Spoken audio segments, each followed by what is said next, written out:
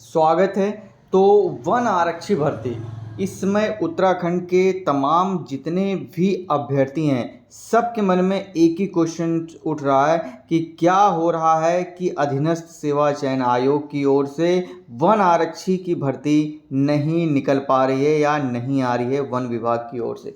Recently अधीनस्थ सेवा चयन आयोग के जो एग्जामिनेशन कंट्रोलर हैं हिमांशु सर ने एक पॉडकास्ट दिया था। वहाँ पर उन्होंने एक बहुत इंपॉर्टेंट बात कही थी। पहले उसको सुन लेते हैं फिर आगे जो है डिस्कस करते हैं। फॉरेस्ट गार्ड भर्ती पिछले 1.5 साल से अखबारों की प्रक्रियाओं में सुर्खियां बंधी हुई है। ये क्यों ऐसा हो रहा है? ये तो जब हमें गवर्नमेंट बोलेगी आप रिक्रूट कीजिए, अधियाचन आएगा तभी कर पाएंगे। आयोग के पास कोई चीज आती है तो हमारे स्तर पे डिले नहीं होती।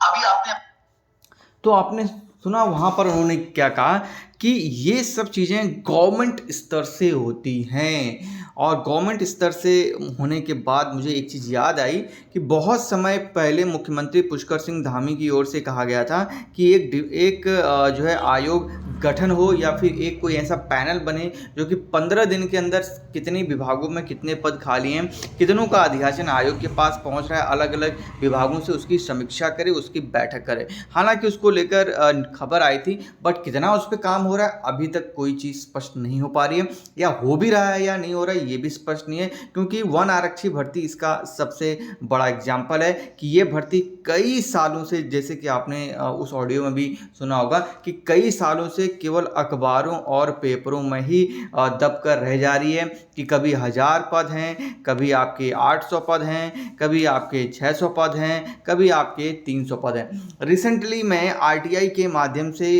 जब वन विभाग को इसके बारे में सूचना देने को कहा गया तो वन विभाग ने सीधे कहा कि 400 से ऊपर पद उसके पास सीधी भर्ती के लिए खाली हैं। अगर खाली हैं तो ये और अच्छा हाँ, बीच में हमने एक और आपको खबर दी थी कि लगभग 200 से अधिक पद जो है आपके प्रमोशन भी होने वाले हैं, जिसकी वजह से वो खाली भी होने वाले हैं, जो कि वन दरोगा या तमाम अलग अलग चीज़ों में आपके जो है प्रमोट होंगे। तो लगभग 600 पद हैं। तो अब पद हैं तो आयोग, वन विभाग आयोग को क्यों नहीं भेज रहा है, ये एक बड़ा सवाल यहाँ पर अटका पड़ा है। और जैसे कि आपने सुना होगा कि सर भी बोल रहे हैं कि ये जो है गवर्नमेंट के स्तर से होता है। जब गवर्नमेंट अधियाचन भेजेगी तभी आयोग उस पर काम कर सकता है, तभी आयोग वो निकाल सकता है। आयोग के हाथ में कुछ नहीं है। और यहाँ पर आपने देखा होगा पिछला एक इंटरव्यू जिस मार्तोलिया साहब का भी रिलीज हुआ था, जहाँ पर उन्होंने कहा कि वो अप्रैल माह से स्टार्ट कर देते हैं आपके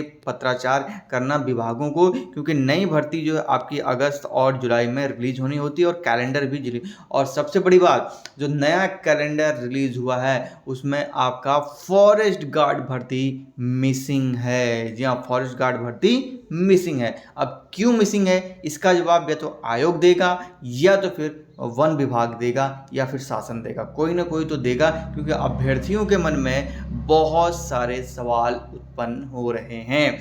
बाकी इस खबर पे आपकी क्या राय है मुझे कमेंट सेक्शन में बताइएगा जरूर। लगातार हम अपनी पैनी नज़र इस पे बनाए हुए हैं, कोई भी अपडेट आएगी हम आप तक पहुंचाने की पूरी कोशिश करेंगे।